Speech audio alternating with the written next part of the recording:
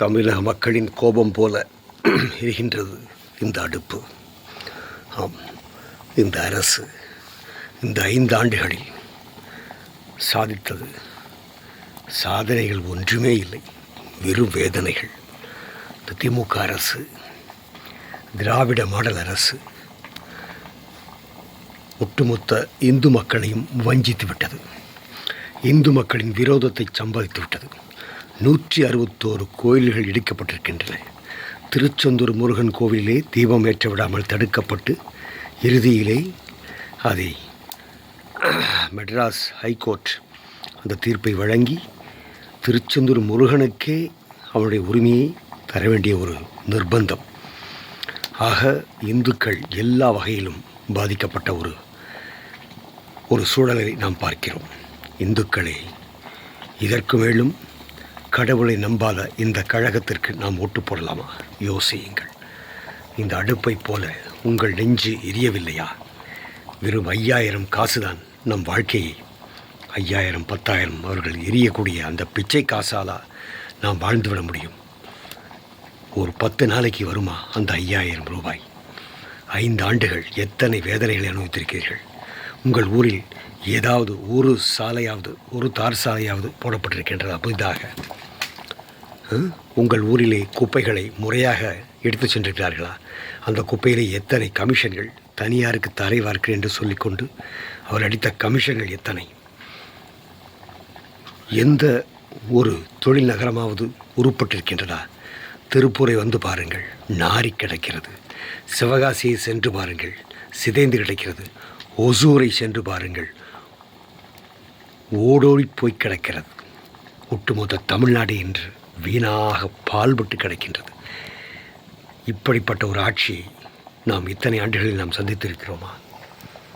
எந்த ஒரு அரசாங்கமும், எந்த ஒரு அரசுமே இவ்வளவு கேவலமான ஒரு அரசாக இதுவரை அமையவில்லை.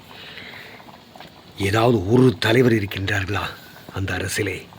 யோசித்து பாருங்கள். யாராவது ஒருவர் சிறைக்கு சென்று நேர்மையாக, இப்பொழுது சமீபத்தில் மறைந்த நல்லக்கண் ஐயாவை போல ஒரே ஒரு நபரை இன்றைய திமுக அரசிலே உங்களால் அடையாளம் காட்ட முடியுமா? ஒரே ஒரு நல்லக்கண் ஐயாவை போல, ஜீவானந்தனை போல, சங்கர் ஐயாவை போல ஒருத்தரை உங்களால் அடையாளம் காண்பிக்க முடியுமா? அத்தனை பேரும் கமிஷன்கள், அத்தனை பேரும் மீதும், அத்தனை அமைச்சர்கள் மீதும் வழக்குகள். பொன்முடி நான் சொல்லவே வேண்டியதில்லை, செந்தில் பாலாஜி நான் உங்களுக்கு சொல்ல வேண்டியதில்லை. யோசித்து பாருங்கள். அந்த திருச்சியைச் சேர்ந்த அந்த நேரு, இப்படி வரிசையாக சொல்லிக்கொண்டே போகலாம். ஆக இன்றைய அரசிலே எல்லா அமைச்சர்கள் மீதும் வழக்குகள்.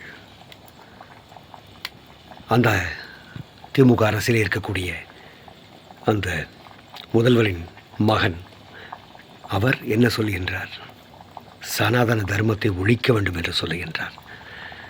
1,40,00,000 ஓட்டுகளில் 1,20,00,000 ஓட்டுக்கள் அந்த சனாதன தர்மத்தை சேர்ந்தவர்கள் போட்ட ஓட்டு என்பதை மறந்துவிட்டு கொஞ்சம் கூட நாக்கில் எலும்பில்லாமல் வரைமுறை கடந்து பேசுகிறார். ஒழிக்க வேண்டுமா?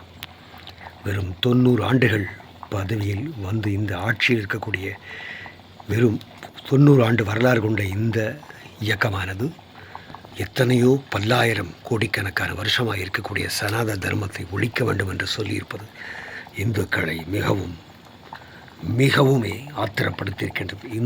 இந்த இந்த அடுப்பை போல அவர்கள் நெஞ்சு எழுந்து கொண்டிருக்கின்றது. இந்த முறை எழுதி வைத்துக் கொள்ளுங்கள். இந்துக்கள் என்று சொல்லப்படுகின்ற எவரும் அவர்களுக்கு ஒட்டு போட மாட்டார்கள். இந்துக்களின் ஒட்டுமொத்த விரோதத்தை சம்பாதிக்கக்கூடிய இந்த அரசுக்கு, அந்த அமைப்பை சார்ந்த ஆண்டாண்டு காலமாய் அந்த இயக்கத்திற்காகத்தான் ஓட்டு போட்டோம் என்று சொல்லக்கூடியவர்கள் கூட அந்த இயக்கத்தை விட முக்கியமானது நாம் ஒரு இந்து என்கின்ற உணர்வோடு இன்று தகித்து கொண்டிருக்கின்றார்கள். இந்துக்களின் ஓட்டுக்கள் ஒரு ஓட்டு கூட உழப்போவது இல்லை. இந்து என்று சொல்லப்படுகின்ற எவனும் கடவுளை நம்பாத இந்த கூட்டத்திற்கு ஓட்டு போடுவானா? யோசித்து பாருங்கள்.